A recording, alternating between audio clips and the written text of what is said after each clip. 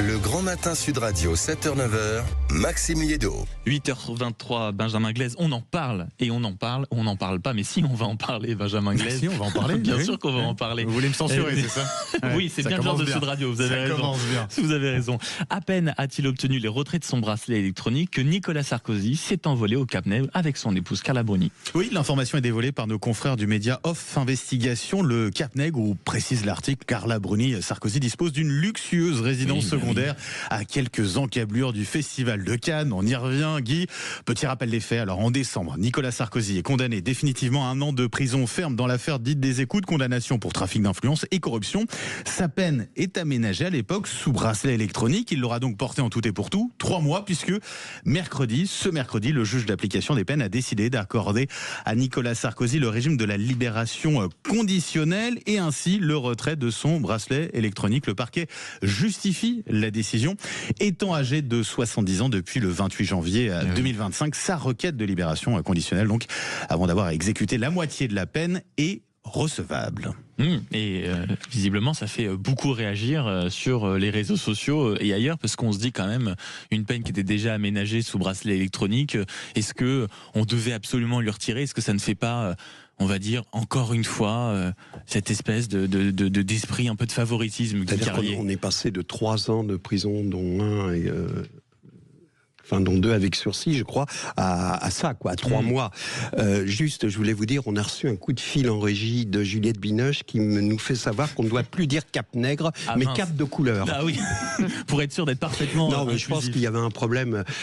Il avait piscine et il y avait un risque d'électrocution probablement. Donc il a demandé, oui, évidemment. Donc on va avoir des photos dans la presse. Je comprends votre ironie, mais est-ce que c'est si choquant que ça? Ancien président de la République, moi avec sursis. Non, mais est-ce que le bracelet étant déjà on va assez pas humiliant, non plus ajouter l'humiliation à l'humiliation, mais c'est drôle quand même, selon vous serez puissant ou misérable, évidemment. Oui, les jugements de la cour, c'est juste, voilà, c'est ça, simplement ça. Pour le reste, c'est pas spécialement.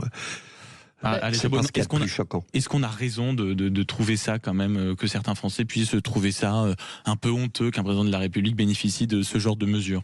Il y a une règle, il a 70 ans, donc effectivement, il peut demander liberté conditionnelle et voilà, on lui retire son bracelet.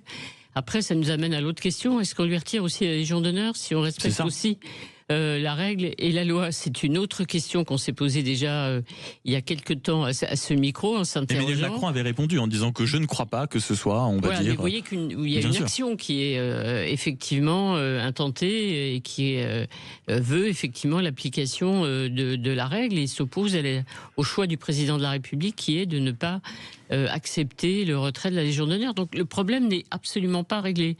Donc voilà, si on dit qu'il faut appliquer la loi, on l'applique. Est-ce qu'il faut l'appliquer tout le temps? Ou bien si effectivement on considère qu'ancien président de la République, par exemple, eh bien il va conserver sa Légion d'honneur parce qu'elle est attribuée ou liée à sa fonction plutôt qu'à sa personne. Le débat est ouvert, je suis sûr qu'on en reparlera. Ah mais ça c'est Rappelons simplement que Nicolas Sarkozy avait déclaré pour les peines de plus de 6 mois, je ne souhaite pas qu'il y ait de réaménagement de peine. Non mais quand on voit quand même à chaque fois les nombreux débats qui émergent dès que Nicolas Sarkozy fait la une de l'actualité, est-ce qu'il n'y a pas un sentiment envers ce président-là en particulier, quelque chose de l'ordre de la revanche, de l'ordre de quelque chose d'une détestation particulière, beaucoup plus que les autres politiques, Arlette Chabot?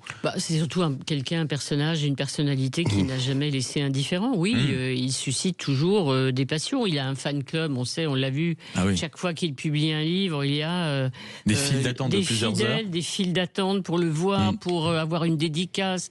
On l'entend un peu moins, c'est-à-dire qu'effectivement, on est sans doute moins attentif à ses propos politiques, et notamment dans sa famille politique, où on ne trouve plus personne, ni pour le défendre, ni pour se dire que je pense comme Nicolas Sarkozy.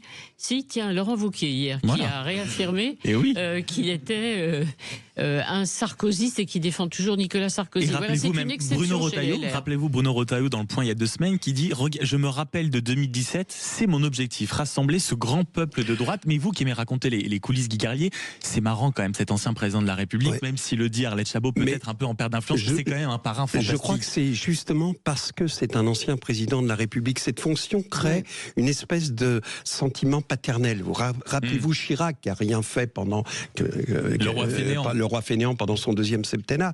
Et cet amour, bah oui, la bière, la Corona, la côte de bœuf, le machin. Et Sarkozy, c'est pareil. C'est plus le pote quoi, qui a bien réussi. Il est le seul bizarrement, qui peut se poser des questions sur ce rapport au peuple, c'est Macron. Oui, parce qu'il n'a pas cette figure paternelle qu'ont eu tous les présidents avant lui, Mitterrand, et même jusqu'à Sarkozy. La preuve.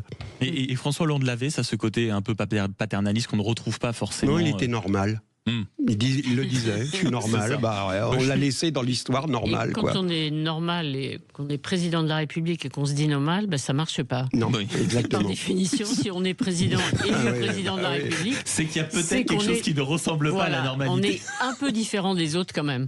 Est-ce que Laurent Wauquiez est différent des autres au point de réussir à prendre la tête du Parti des Républicains? C'est la question qu'on posera dans un instant à Vincent Jeanbrun, invité de l'interview politique de Sud Radio. Mais juste avant cela, c'est le rappel des titres avec vous, Laurie Leclerc. Merci accessoirement Guy Carlier, Arlette Chabot.